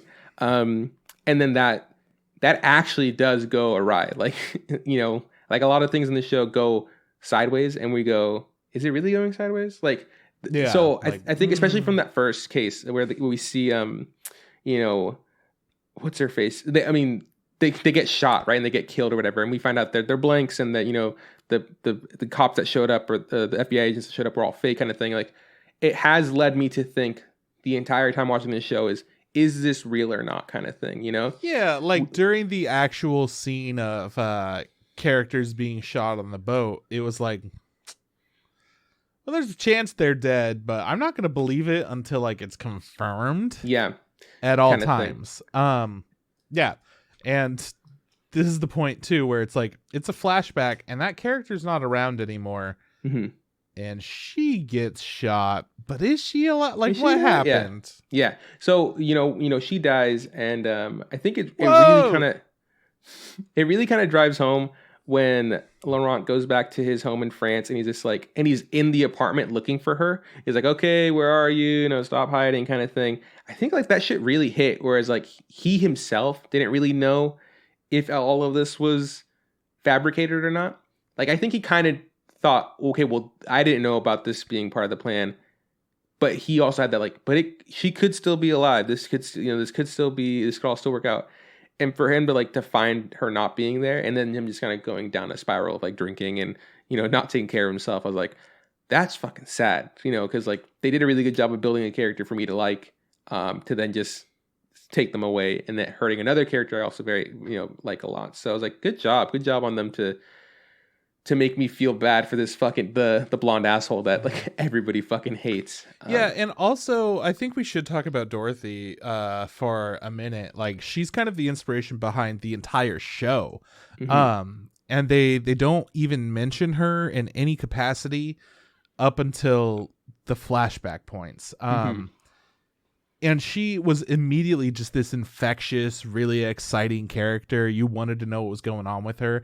And I think that she's an awesome black person represented in anime, which is something we don't see frequently. I actually saw somebody pointing out, which I didn't notice because it just seems so natural. But since Dorothy does have darker skin, her like palms are lighter color. Yeah, they're like focused on doing that. And it just felt natural to me seeing it. But in other anime, they don't take that attention. They don't try to be that accurate. So just the whole representation of Dorothy was fantastic. A really strong protagonist for our group in the past. Like, I loved her. She was fucking awesome. Well, it also makes sense for her not to be brought up in the present because, she passes away or whatever, gets killed during before a heist. before the new members actually join, except for Oz, who is now working undercover, and the Korean chick who's not going to say anything to anybody. All the people that we know to I guess in our mind, the original crew aren't actually the original crew. Kind of thing, like the original crew is like Kudo and what's her face? I can't remember her name right now, but the old lady, the badass lady, the heavy set Korean girl. Yeah. God, what's her name though? I don't know. I think I have the character list up right now, actually. Yeah, whatever. But anyways, yeah, I really liked that original crew and the fact that we didn't really know what was going on with any of them at that time, or why like Kudo and Shiwon, that's her name, Shiwon Kim,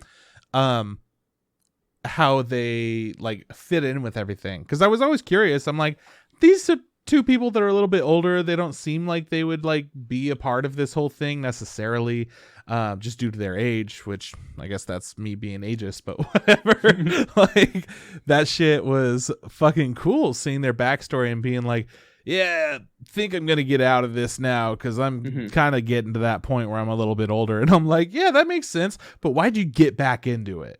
Like, well, I like that we get to see that the evolution that like this group always keeps kind of growing, right? Because we do see it at I think in one of the early cases, like there's a lot of them. There's so many of them that like that get together and do jobs together, but there's only like a few of them that are like the main ones, the ones that we follow at least. So it is and cool there is one technical, like for this last case or whatever, there's one technical new member of their group.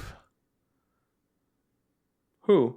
The dude from case 1 that they fucked over that came in and helped them out. Oh, yeah. I was like, what the fuck? Like this shit's going wild. So I thought that was cool that they brought in like previous characters that we already knew that got fucked over. While I also was like, I don't believe the other people being here, but I could see that guy. But then the other two dudes were just like, we just want to watch. Like we fucking. He's like, I sold him a painting, so we're friends. I was like, no, you fucking cost people a lot of money. You ruin their lives. Yeah, no, that asshole, he should not have been there. And I don't think anyone would have been okay with him being there. Everyone fucking hated him. Yeah, and those are all the people that they're trying to screw over. It's just these like shitty slumlord people. But yeah, I like that they were able to get the original like drug dealer guy involved with it. I think it's interesting that they're able to like always give us new bad guys and me be like, yeah, this guy is worse than the last guy. Fuck them. Well, when you go to child trafficking, I don't know if there's much worse than that. That was super heavy. Like I was saying, like, Adamora, when he starts like really buying into him actually being a part of the syndicate. And I feel like he's that kind of character that has that personality. And I think that's why they want him there. He's like, hey, like, he's very genuine. Yeah. And that's why like he's also very dangerous. So there's like we don't know how he's actually going to react. So we got to be careful. But if he's there to make people believe that he really believes something, he's the best at that because he does really believe in these things. Like he actually thought he was a good fucking mechanic. Like he could actually fix planes. Like, no, you can't. They fucking tricked you, right? But they made you believe you could. But the fact that he was like really buying into being like a Yakuza and like he was like smoking cigarettes and like when he was like talking to the children and like getting them ready to do the auction and he's auctioning them off all like hyped up. I'm like, you're a fucking bad person. Like you're really bumming me out, my guy, you know? Yeah, he just went full tilt with that. But like, I don't know. I have a suspicion that he knew what was going on the whole time. And he's like, he did. I have a suspicion that he did, though. I'm not 100% because the way that he reacted when his dad was there, after his dad was killed or whatever, should have shown like, yeah, like more shock. I don't. Yeah. Instead, he's just like, all right, well, I've been heisted. Let's talk about this. That's the thing. That's why I think that he didn't know. It's because when he saw him and he's just like, I am so fucking used to the things not happening the way I think they happen that when you show up, my father, who I think I shot and killed, are at my doorstep. I go, fuck, all right, wait, okay, explain this to me now because obviously I was out of the loop kind of thing. Yeah, like I have no fucking clue what's happening. He's very desensitized to it, I think. Like he's just like, yeah, this is just the life I live now. So explain to me how you didn't die and why we're doing what we're doing now. But it, credit to him for like having me actually question whether or not he was actually gonna go along with the plan and and do what he was supposed to, because he didn't. He looked like he was really into being like a really bad fucking assistant to this fucking director, and I was like, I'm kind of nervous. And they were trying to draw parallels between he doesn't have a mom, he wants a mom, and she was acting motherly towards him, and it was a whole weird dependency thing, and he felt like she wanted a son. Like you could tell that she also wanted that. Like they fit really well together. Like they were both missing something and they complete each other. So I was just like, oh fuck. I was for sure a little worried. Yeah. Yeah. Not gonna lie. And then I got even more worried during the actual heist. Like, what the fuck is going on? Well, during the actual heist, I was like, this motherfucker better not screw up. I don't think that he's going to, but he better not fucking screw up. And then I was like, I understand what's happening. He's gonna pull one over on Laurent for like the first time ever. Dude, that fucking end heist. Oh man, it was so good. Okay, yeah. So let's get into it. So it boils down to the Shanghai people needing a new translator because Oz is dead or he's gone missing, right? Adamora is now the translator for the Japanese group or whatever. So they kind of, because I don't understand why these people wouldn't try to learn another language or whatever, but it would be really useful, especially if they're doing huge dealings with. Anyways, that's not the point. The point is they trick each other into seeing each other, and like one's being. They think they're being tricked into that they're selling each other's portions of the company to each other, which is what they want. And they meet at the hotel room. This whole thing was so funny, though, of both of them being like, it's going to be this much money. And they're like, what? Okay, well, what if we did this? And they're like, we're going to buy the whole company for like $1 billion fucking dollars. And then you're just like, oh, okay, interesting. And then he goes and he's like, they are offering up their company for $1 billion. Like, well, I don't remember the exact numbers, so whatever. But I think it works so well because the translators were like really hyping it up, but the other two people, like the two bosses, were like, we had to be super chill, so our tone is just going to be super level, So even if like they didn't seem to be flustered.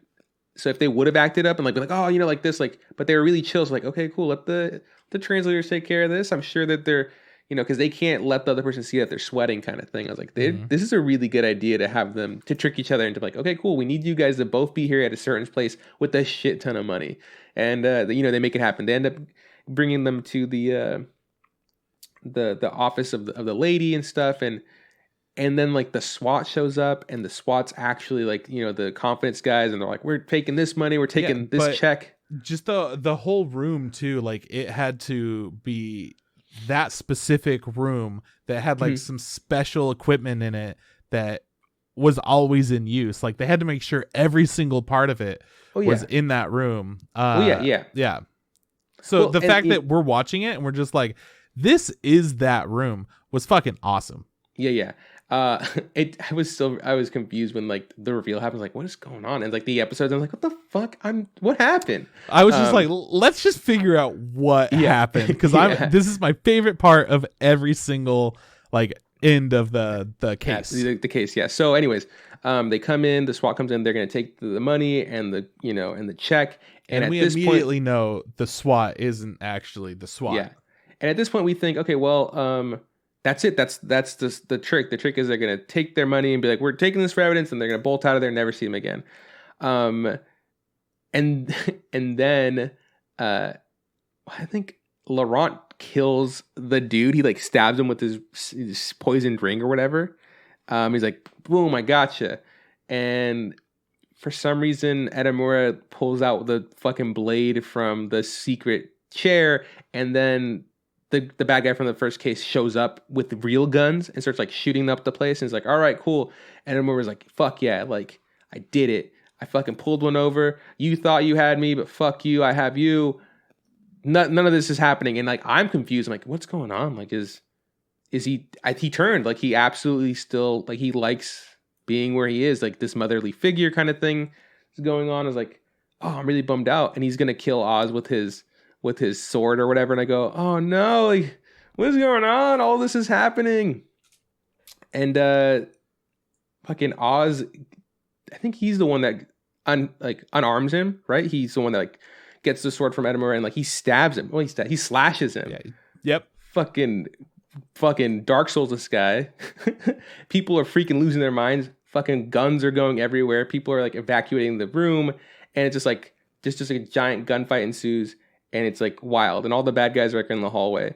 They're all hiding, as like it's insane in the room. Yeah, and then they get really quiet and they go, "What's going on?" They go back in the room, and the room's empty. Like there's nothing going on there. And I was confused, like what the fuck's going on? And on the wall, there's this fucking lever. It's like a stupid, like right in the middle video game, lever. Yeah, and they're like, "What does this do?" And they pull it, and then you hear like a platform noise, and then the entire room starts going down.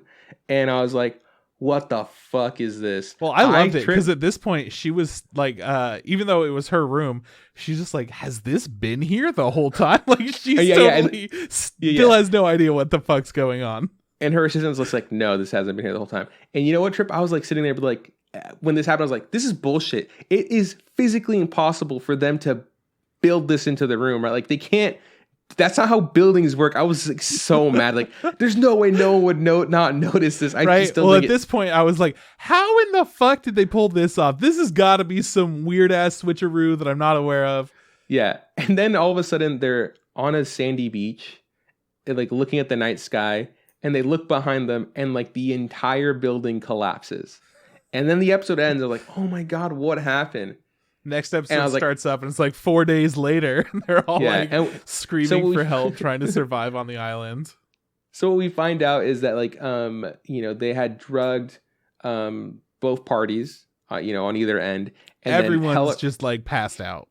And they had helicoptered them to like this isolated remote island where they had built this fake building that looks, obviously they need the garage and the top floor to look like the actual thing. Everything in between, just like make the elevator look the same, and that's it. Nothing. And they tricked them into to strand them there. Right? They got their money. They strand them on this island. Edamura does a double bluff on Laurent. He didn't really get stabbed. He had like a blood pact. He was waiting. He wanted them to take the bait and to get sliced and everything. Like it was all played out. And I think.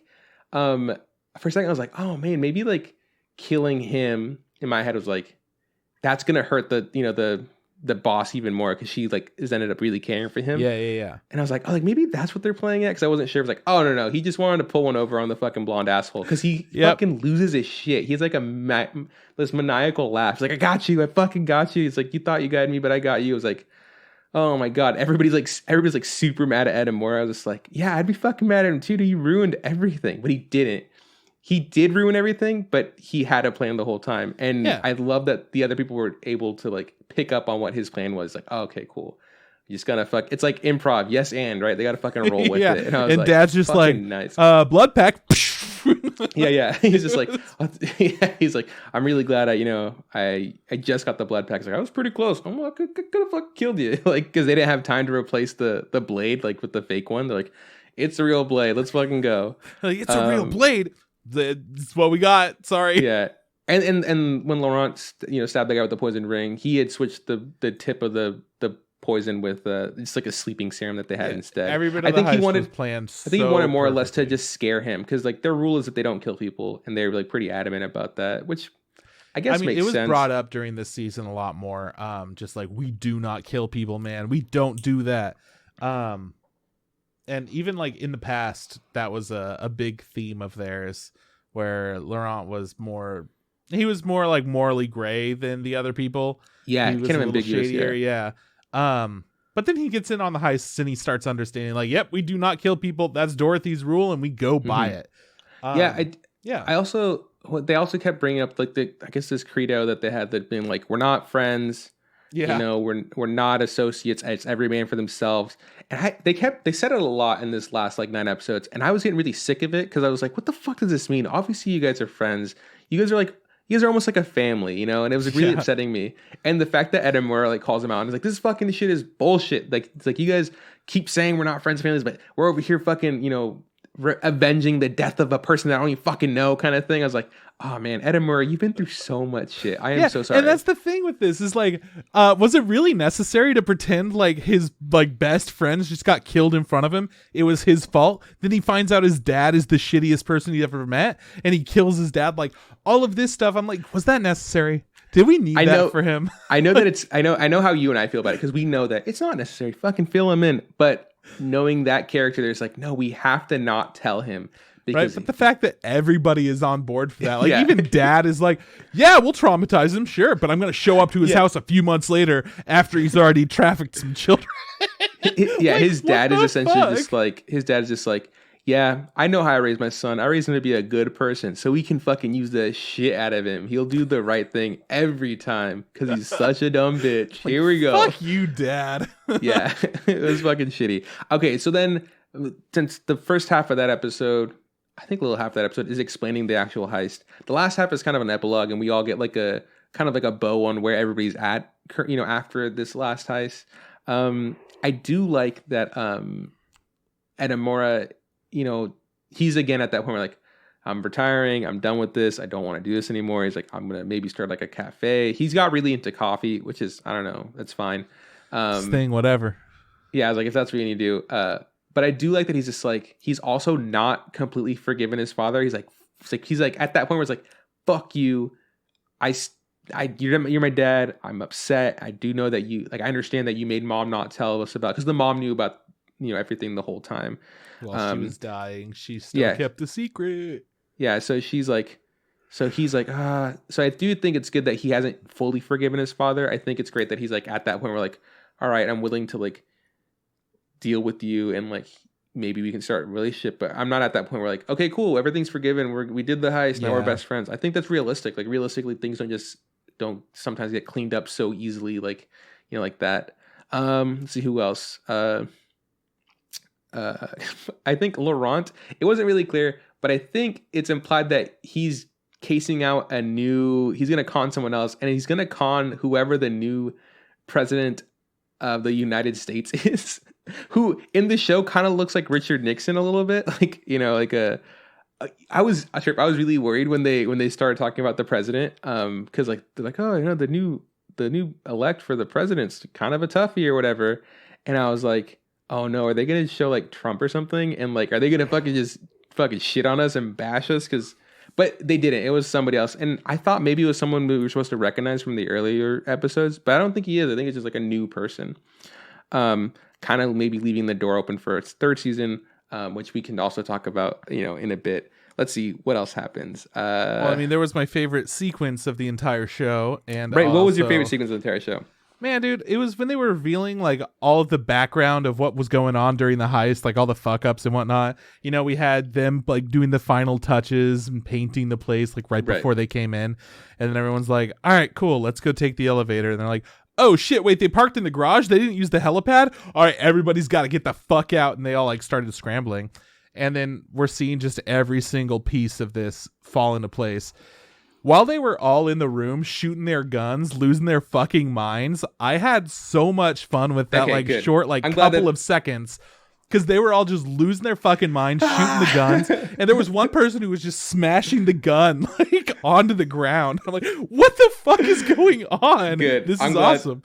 It stood I'm glad that out. you and I agree that was my favorite part too. It's so significant and something that like I wish more anime had, where they just have this one like no reason to be there, but they decided to go like all out for the dumbest fucking reason for just a couple of seconds. It was amazing. So much action and detail was in that like little section.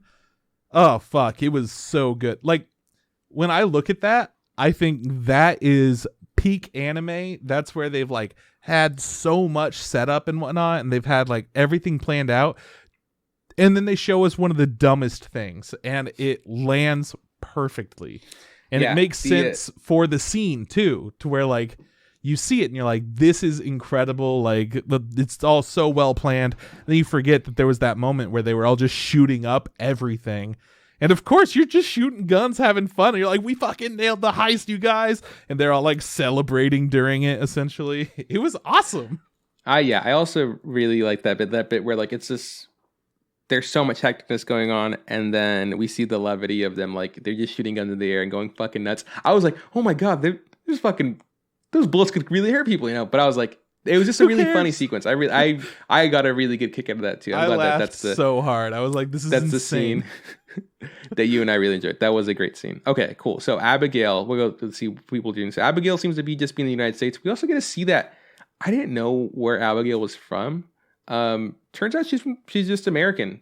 Right? Yeah, I think she was like from LA or something, but she was like a child soldier. She's from the Bronx or something. Yeah. I was like, oh, cool. It's like she's just like, I don't know. She's culturally ambiguous, so she's American, which is like cool. That's great. So yeah, she's somewhere like climbing mountains or climbing rock faces and stuff, and she's like sending Edamura photos of her flipping him off, and she's just like, she cut her hair, and he's just like, cool, nice, like her haircut, nice. Cynthia adopted the little boy that kind of gave Edamura guff about like, where are we gonna go? He's like, nobody our wants parents us, bro. Literally sold us. No one in the world wants us. Where are we gonna go? So she adopted him, and I think they're in France, you know, because that's where she's from, I think. And he's like, she's trying to figure out like, hey, what are you gonna do for your education, for college and stuff? Because he's a little bit older, right? And he's like, I don't know. And then he sees like a street artist, and they're painting something, and I think it's implied that he's going to become like an artist, like, you know, her ex-boyfriend or whatever, which is cool, I guess. Oz is at the grave apologizing to the mom again, you know, kind of just being, I don't know, Oz. And I guess his job is to find new foster parents for all the kids that have been displaced.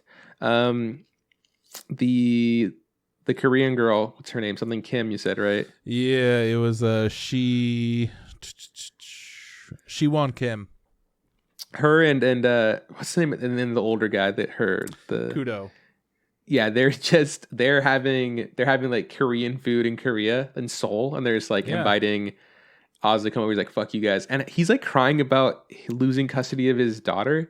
And I was like, is this did I miss something? I was like, oh, maybe it could be set up for the future or whatever. Could be. But then I really like it because Shiwon's just like, let it go. Bro, fucking past is the past. We're eating food. We're eating street food. We're having a great time. It pretty much looks like the same setup as the very first episode, you know, where they were just chilling, eating, stealing stuff from people who weren't locals. Yeah, it was pretty funny. And then, okay, cool. So that's like, I think the main flash, you know, we see other people and you know, and where they're at, but like no one of real importance. Those are like the main people that we get to see a section of. But then we see the after credits scene, which Trip is really upset about, which I'm pretty indifferent about. I'm like, whatever, I don't fucking care. But this upset Trip. Go ahead, talk about it. I hate this bullshit. So you watch the credits and you're like, man, Freddie Mercury, like, way to kill it. This whole end sequence, fucking Dorothy, this is great. I love it. And it comes in and it's like, hey, here's some like random little seaside town. And I'm like, okay. And then it goes, that's a girl. And I'm like, God damn it. Are you seriously going to do this? Like, I already knew what the fuck was happening. And I was so upset.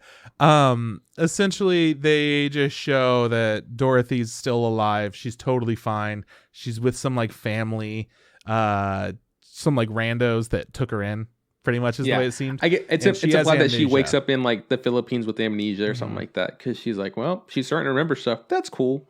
But the stuff she remembers is like past cons. She's like, yeah, the other day you said you were a princess or something like that. And she's just like, I don't know. Got hit in the head. Got a bullet in my stomach. Yeah, so she's got amnesia. She exists. So if there's a season 3, it'll probably be about her becoming a part of the team and remembering shit again or something. I don't know. Well, they conned the president of the United States. Yeah.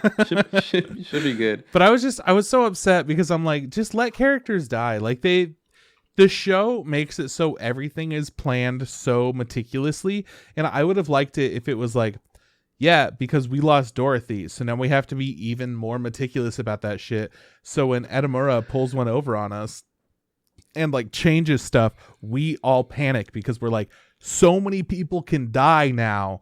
But then it just goes to show like, even when things go wrong, nobody actually dies. Like nothing could happen that's bad ever. It really upset me that they just they like pulled the punch. They like punch you, and then they're like, but it's okay, bud. Like, see, it's fine. Punch me back. You know, no big deal. I'll say this. I'll say that I was kind of, I was like, oh, cool, she's alive, whatever.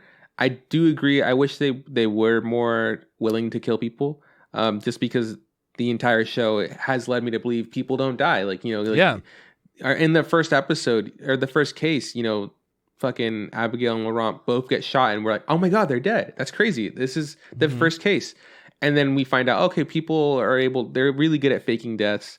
And then this last 9 episodes, we stopped caring. We just don't give a fuck. And then when it was a flashback and it instilled like, that's why we could never fuck up, because if we have one little thing go wrong, we could lose our most loved like team members.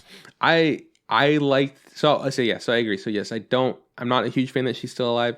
I wish she just would have been dead. What I don't like about that whole thing is that they're implying that she is getting her memory back. I wish she wouldn't get her memory back. No, I wish she would just live her life.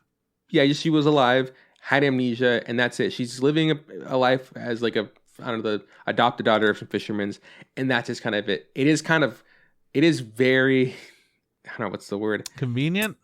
Very, convenient, very tropey that the same ring that was her ring that he threw into the ocean happened to land in the fish that her adopted father was cleaning, and then she happened to be there. Like, it's just a lot of that's unrealistic, right? Like, yeah, it felt like too good to be true. And that's the whole point of the show too, is that like everything that happens very specifically because it was planned out.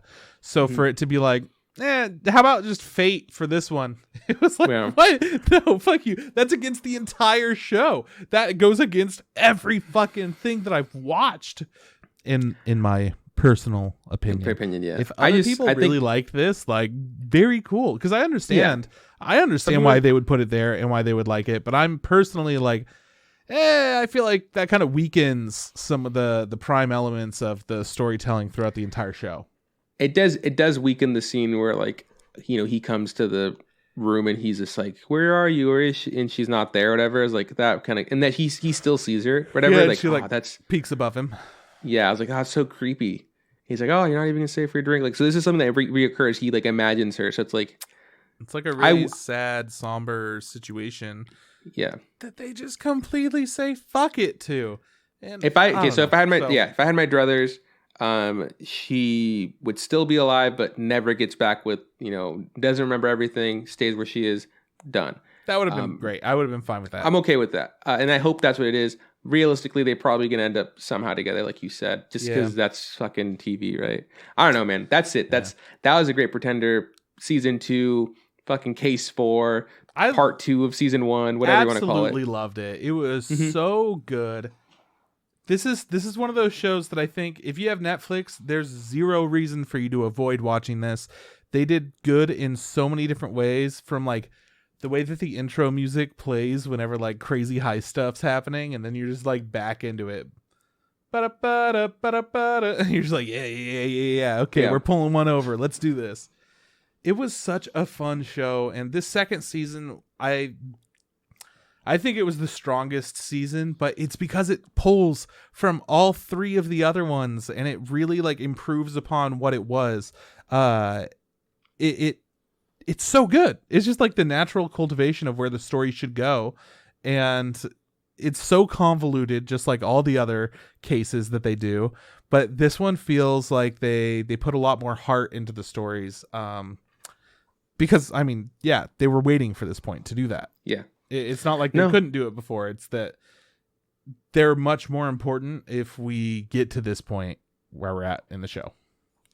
Yeah, I really liked it. I think that,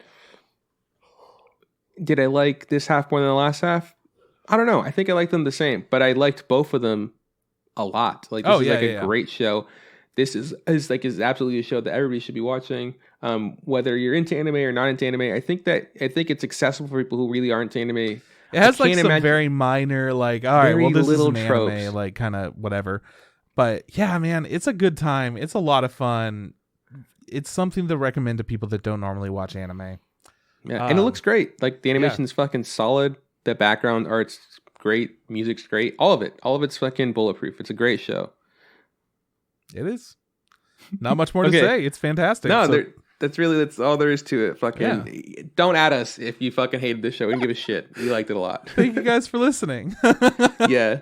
So that's it. Hope you enjoyed us gushing about how much you like The Great Pretender, because we really do like it. I don't know what we're doing next week. Got an idea, Trip? We're going to review the first episode of season 4 of Attack on Titan. Jesus Christ. That's the only thing that I know for sure. So, yep. We'll figure it out. We might as well just do episode by episode. That's how fucking slow things are right now. Now, I assume we'll be having a wrap up, and I think we'll be having a preview. So, we'll be busy again. Yes. Okay, we'll figure it out. If you like our theme song, check out Tom Nasser on SoundCloud and YouTube. Trip, where can people find us? You can find us on Facebook. Look up the Instagram podcast. Same thing goes for Instagram. Look up the Instagram podcast. If you want to send us a tweet at InstaRamenPod. And you could shoot us an email, InstaRamenPodcast@gmail.com. Each week, we also stream, when we're recording the episode, sometime around like 8 to 9 p.m. Pacific Standard Time on twitch.tv/Crispather. Yeah, thank you again for tuning in and listening, watching, all that good stuff. Yep. This is bye from Juan. I'll see you around from Chris. Hey, Trip, don't forget. Just add hot water.